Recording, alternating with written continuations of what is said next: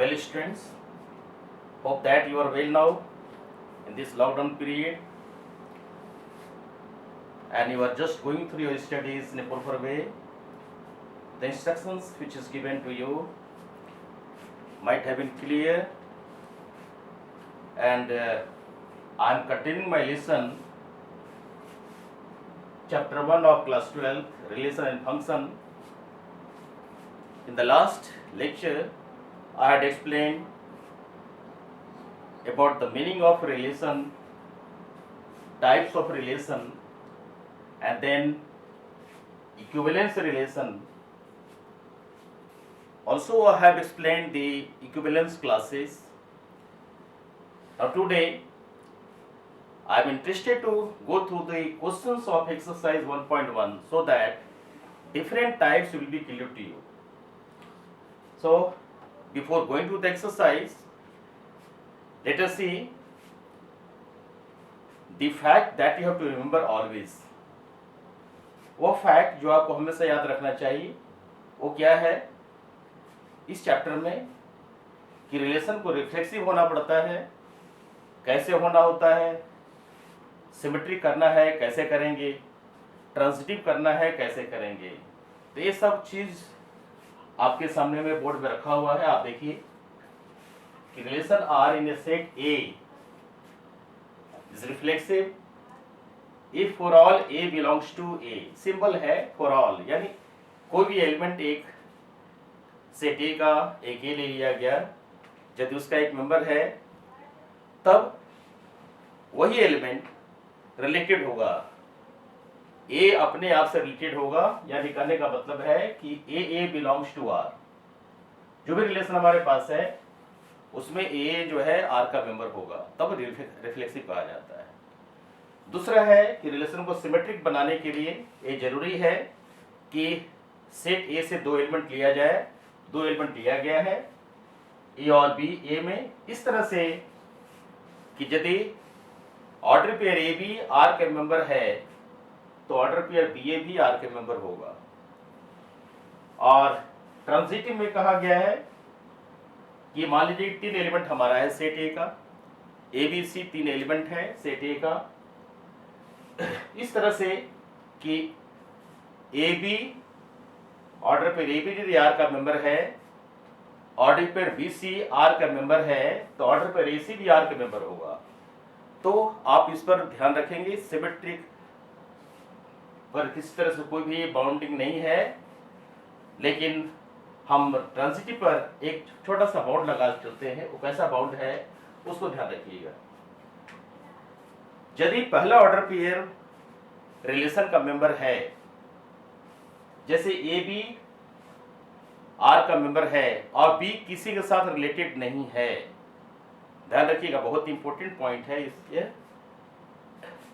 B किसी के साथ रिलेटेड नहीं है तो उस अवस्था में भी हम इसको ट्रांजिटिव कह देते हैं, क्योंकि जब तक दो कंडीशन नहीं दिया होगा तीसरा कंडीशन संभव नहीं है। इस चीज को आप ध्यान रखिएगा। और सबसे लास्ट में ये आपको बताया गया यदि रिलेशन रिफ्लेक्सिव है, सिमेट्रिक है और ट्रांजिटिव है तब वो रिलेशन इक्विवेलेंस रिलेशन कहा जाता है। तो आप बिल्कुल ध्यान से देखते चलिएगा। बहुत आसान टॉपिक है, कोई कठिनाई इसमें नहीं होती है, सिर्फ इसकी भाषा कठिन है, इससे चलते लोग इसको परेशान का कारण समझते हैं। हम ऐसा नहीं समझते हैं कि जिस तरह से हम प्रयास कर रहे हैं आपको समझाने के लिए, किसी तरह से कोई परेशानी आपको आने वाली है, किसी तरह से कोई परेशानी नहीं आएगी। ये हमारा सोचना है और आप प्रैक्टिस में इसको लेकर आएंगे तो देखेंगे कि सही बात है, बिल्कुल अच्छा है। जैसा आपको बताया गया कि जब भी आप सवाल की ओर जाते हैं तो कोशिश कीजिए कि जनरलाइजेशन रिजल्ट हमेशा लास्ट में करें। पहले आप एग्जाम्पल से वेरीफाई कर लीजिएगा, फिर उसके बाद में जनरलाइजेशन रिजल्ट को लिखिएगा तो ज़्यादा अच्छा होगा हमारे समझ से। अब चला जाए एक्सरसाइज 1.1 की ओर। तो एक्सरसाइज 1.1 का पहला क्वेश्चन है determine whether each of the following relation are reflexive, symmetric and transitive. ये बहुत सारे रिलेशन दिए हुए हैं, 1 से लेकर 5 तक रिलेशन दिया हुआ है। एक एक करके देखेंगे हम लोग कि दिया हुआ रिलेशन है वो रिफ्लेक्सिव है कि सिमेट्रिक है कि ट्रांजिटिव है कि कोई नहीं है कि सिर्फ रिफ्लेक्सिव है या सिर्फ ट्रांजिटिव है या सिर्फ सिमेट्रिक है। कुछ इस तरह से कंडीशन इसमें प्रश्न आने वाले हैं। तो जैसा प्रश्न है उस हिसाब से आपको उत्तर मिलना है, वैसे ही उत्तर करना है। तो पहले आप देखिए, क्वेश्चन को आराम से पढ़िए। फर्स्ट का फर्स्ट पार्ट, इसमें कहा गया है relation R in set A, relation R in set A, set A 1 से लेकर के 1 2 3 से लेकर के ये 14 तक गया है, 13 एंड 14। डिफाइंड एज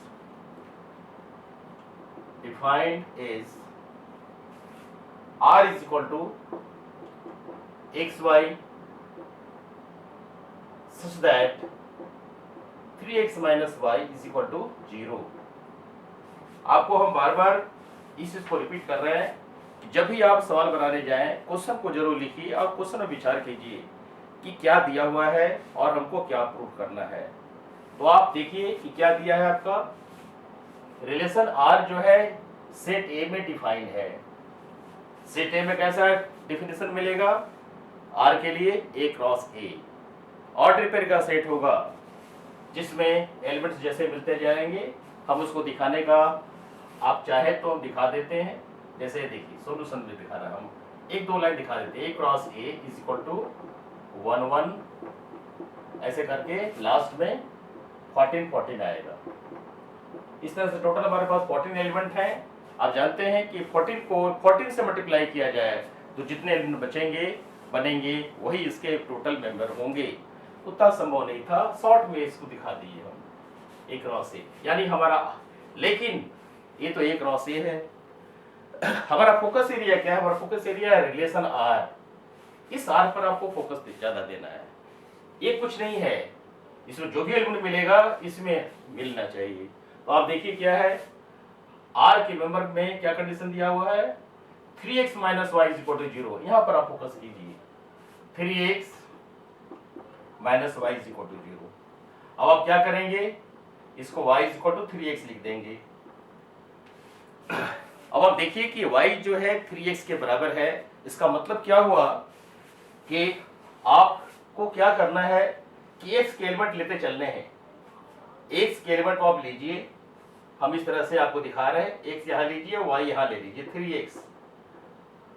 फिर लास्ट में ऑर्डर पे दिखाते चलेंगे। आप फ्री होकर के पहला एलिमेंट 1 को ले लीजिए। तो x जब 1 है तो y क्या होगा, 3 1 जब 3, y 3 होगा। x जब 2 है तो ये 6 होगा। x जब 3 है तो ये 9 होगा। x जब 4 है तो ये 12 होगा। x जब 5 है तो 15 होगा।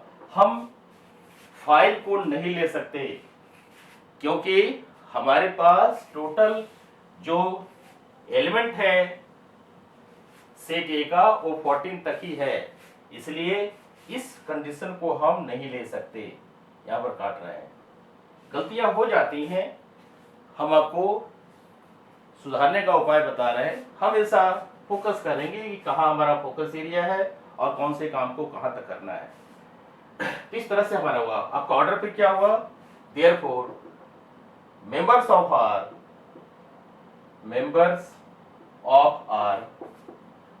Are 1 3 2 6 3 9 and 4 12। ये आपकी आर की मेंबर हो गए। इसको आप कर्ली ब्रैकेट में बंद कर दीजिए। ये आपके टोटल रिलेशन हो गए, यानी इसका आर आप कह सकते हैं, इसको आप आर कह दीजिए, यानी यही हमारा आर का मेंबर है। अब आप देखिए, गौर से देखिए और सोचते चलिए कि क्या आपका जो कॉन्सेप्ट है रिलेशन, टाइप्स ऑफ रिलेशन के लिए किस तरह सेटिस्फाई करता है। तो एक एक करके चलते हैं। पहले हम देखते हैं कि रिफ्लेक्सिव है कि नहीं। तो रिफ्लेक्सिव रिलेशन को पहले जज करेंगे। रिफ्लेक्सिव रिलेशन को पहले जज करेंगे। तो रिफ्लेक्सिव रिलेशन के लिए ये आपको पहले ही बताया गया है कि सेम एलिमेंट का सेम इमेज होगा, यानी ए बिलोंग्स टू आर, ऐसा होना चाहिए। यदि यहाँ 1 1 होता, 2 2 होता, 3 3 होता, so on and so fourth, तब जाकर इसको हम रिफ्लेक्सिव कह सकते थे। तो आप देख रहे हो कि आपका फोकस एरिया है, या ध्यान रखिए, इसमें उस तरह कोई भी नहीं है। 1 3 है, 2 6 है, 3 9 है, 4 12 है, इसलिए 1 1 यहाँ नहीं है। तो जनरलाइजेशन करके आप लिख दीजिए here 4 A belongs to A does not belongs to R। क्योंकि टीचिंग के दौरान हमको अक्सर ये देखने में आया कि बच्चे समझ तो लेते हैं, लेकिन वो कहते हैं कि सर लिखें कैसे। तो इस तरह से आप लिखोगे, पहले आप जज कीजिए और जज करने के बाद में आप लिखने का काम इस तरह से कीजिए। Here 4A belongs to A belongs to A यानी यहाँ पर हमारे को 1 है, 2 है, 3 है, सभी हैं, लेकिन A belongs to R नहीं है, A R में नहीं है, 1 1 नहीं है, 2 2 नहीं है। हमको लग रहा है समझ गए होंगे आप। अब आप चलिए सिमेट्री की ओर।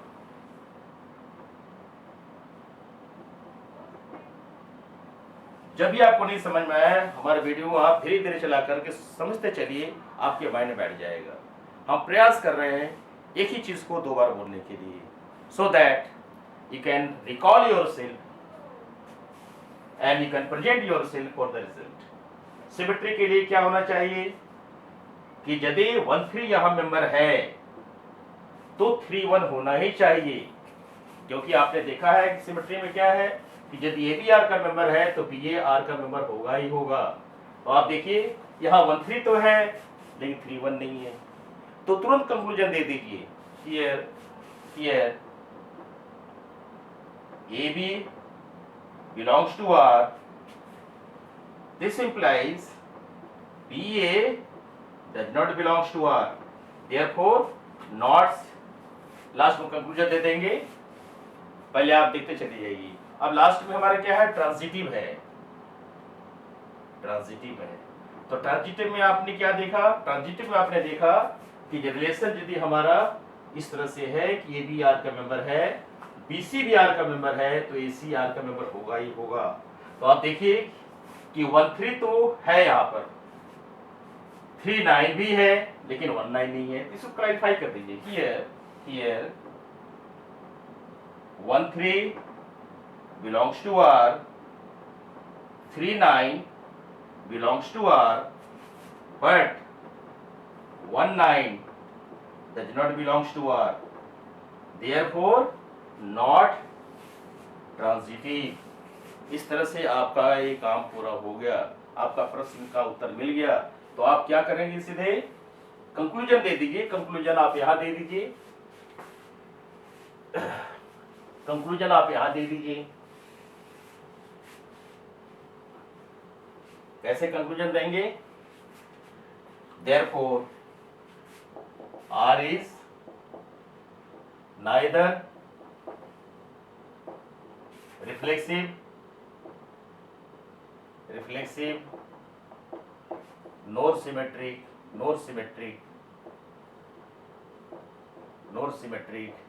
and transitive and not transitive। और आप सीधी भाषा कर सकते हैं, R is neither reflexive not symmetric and not transitive. आप सीधा कर सकते हैं कि आर सिमेट्रिक में नहीं है, R is not reflexive not symmetric and not transitive. इस तरह से आप लिख सकते हो।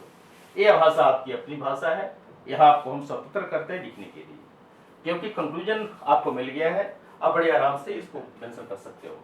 तो आशा है इस फैक्ट को आप समझ गए होंगे। अब चलते हैं दूसरे क्वेश्चन की ओर।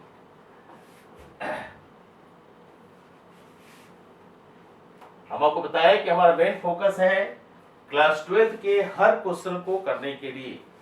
क्लास 12 बोर्ड में जो आने वाले क्वेश्चन है उसको आपको अच्छा से करने की हैबिट डेवलप करना चाहते हैं।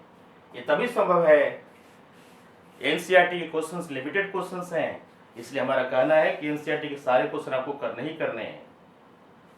तो आप चलिए दूसरे क्वेश्चन की ओर। दूसरा क्वेश्चन क्या है, अब आप फैक्ट समझ गए होंगे, लिटिल बिट फास्टर में हो जाएंगे। अब R relation R in the set N of natural number.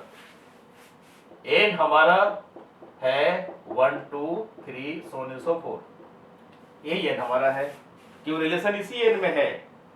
किस तरह से डिफाइन है, रिलेशन आर दिया हुआ है, relation R is equal to x y such that y is equal to x plus 5 and x is less than 4। आपको focus यहां देना है, यहां देना है। n को आप छोड़ दीजिए, क्योंकि n क्रॉस n ही ऑर्डर पेयर बनेगा, इसलिए आप यहां सोचना शुरू कीजिए। क्या है, y is equal to x plus 5, x क्या है, 4 से छोटा है, 4 छोटा यानी आप यहां x लिख दो, x यहां लिख दीजिए और यहां आप y लिख दीजिए। y क्या x प्लस 5 है। अब आप देखिए x लिख रहे हैं 1, x2 लिख रहे हैं, x3 लिख रहे हैं, 4 आप नहीं ले सकते क्योंकि कहा गया है कि x जो है 4 से छोटा है, तो 1 से 3 तक ही होगा। तो x 1 होने पर y कितना हुआ, y इज इक्वल टू 6, यहाँ y कितना हुआ, y इज इक्वल टू 7, यहाँ y कितना हुआ, y इज इक्वल टू 8। इस तरह से आपका जो ऑर्डर पेयर बना, ऑर्डर पेयर क्या बना, ऑर्डर पेयर बना इसमें 1 6 2 7 एंड 3 8, ये आपका ऑर्डर पेयर बना। इस ऑर्डर पेयर को देख करके पहले जैसा ही आप डिसीजन लीजिए कि कह क्या रहा है, ये क्या हो रहा है एक्चुअली। आप देखिए तो आप देखेंगे कि 1 1 नहीं है, 1 1 does not belongs to R, ये आर में नहीं है, तो सीधा कर दीजिए नॉट रिफ्लेक्सिव। सारा कहानी आप जानते हैं, इसलिए वो यहाँ लिटिल फास्ट हो रहा है। उसी तरह से 1 6 यहां पर है, तो 6 1 नहीं है, 1 6 belongs to R but 6 1 does not belongs to R, therefore not symmetric. इस तरह से आप दे देंगे नॉट सिमेट्रिक, ये सिमेट्रिक नहीं है, नॉट सिमेट्रिक। अब आप चलिए थर्ड केस में, आप गौर से देखिए 1 6 तो है लेकिन 6 कहीं नहीं जा रहा है, 6 is not related to any element. 2 7 तो है लेकिन 7 किसी से रिलेटेड नहीं है, 3 8 तो है, 8 किसी से रिलेटेड नहीं है। तो आप तुरंत कह देंगे, जो यहाँ पर आपको बाउंड्री लाइन बताए थे उसके अंदर आता है कि since 1 6 belongs to R but 6 is not related to any element, therefore transitive यानी आपका रिलेशन क्या हुआ है, रिफ्लेक्सिव नहीं हुआ, सिमेट्रिक नहीं हुआ, लेकिन ये ट्रांजिटिव हो गया। इस तरह से आपका एक कंक्लूजन हुआ, यही आपका रिजल्ट है। तो नेक्स्ट वीडियो में हम क्वेश्चन नंबर थर्ड पार्ट से देखेंगे, क्योंकि हर क्वेश्चन को आपको समझाना चाहते हैं ताकि आपके माइंड में ये बेसिक फंडा बैठ जाए, आप किसी प्रश्न को करने के लिए सक्षम हो जाए। धन्यवाद।